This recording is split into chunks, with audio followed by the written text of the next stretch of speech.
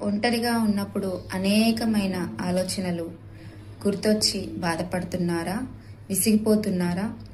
లేదంటే ఈ లోకంలోని మనుషులందరూ మీ పైన నిందలు మోపుతూ అవమానిస్తున్నప్పుడు ఎంతగానో కృంగిపోతున్నారా? అయితే ఈ సాంగ్ మీకోసమే.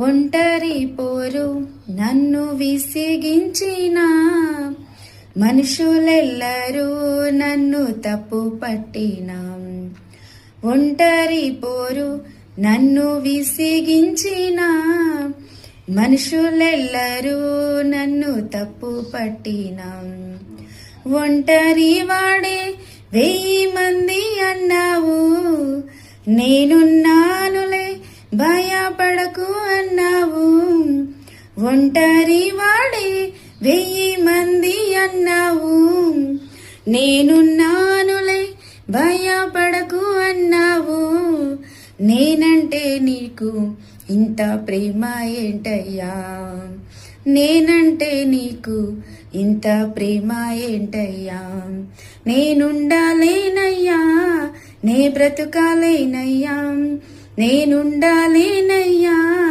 నే బ్రతుకాలేనయ్యా, నీవే లేకుండా నేనుండాలేనయ్యా, నీ తోడే లేకుండా నే బ్రతకాలేనయ్యా, నీవే లేకుండా నేనుండాలేనయ్యా, నీ తోడే లేకుండా నే బ్రతకాలేనయ్యా, రాజా నీ సన్నిధిలోనే ఉంటానయ్యా, మనసారా ఆరాధిస్తూ బ్రతికేస్తానయ్యా, రాజా నీ సన్నిధిలోనే ఉంటానయ్యా, మనసారా ఆరాధిస్తూ బ్రతికేస్తానయ్యా.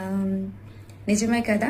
ఆయన సన్నిధిలో ఉంటూ ఆయనను ఆరాధిస్తూ ఆయనను స్తుతిస్తూ ఆయనను గణపరుస్తూ ఉన్నామనుకో, ఎలాంటి పాపపు ఆలోచనలు కూడా మనల్ని దరిదాపుల్లో కూడా రాకుండా దేవుడు తన రక్షణ తన కాపుదల వేసి మనం ఎప్పుడు హ్యాపీగా ఉండేలాగా తన ఆత్మ అభిషేకముతో మనల్ని ఎంతగానో ఆనందపరుస్తాడు.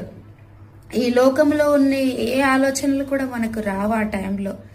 అలా ఉండాలంటే, అలా బ్రతకాలంటే, అంతటి ధన్యత మనకి కావాలంటే మొదట మనము చేయవలసిన పని ఏమైనా ఉంది అంటే అది పరిశుద్ధ గ్రంథాన్ని స్పష్టముగా చదవడం.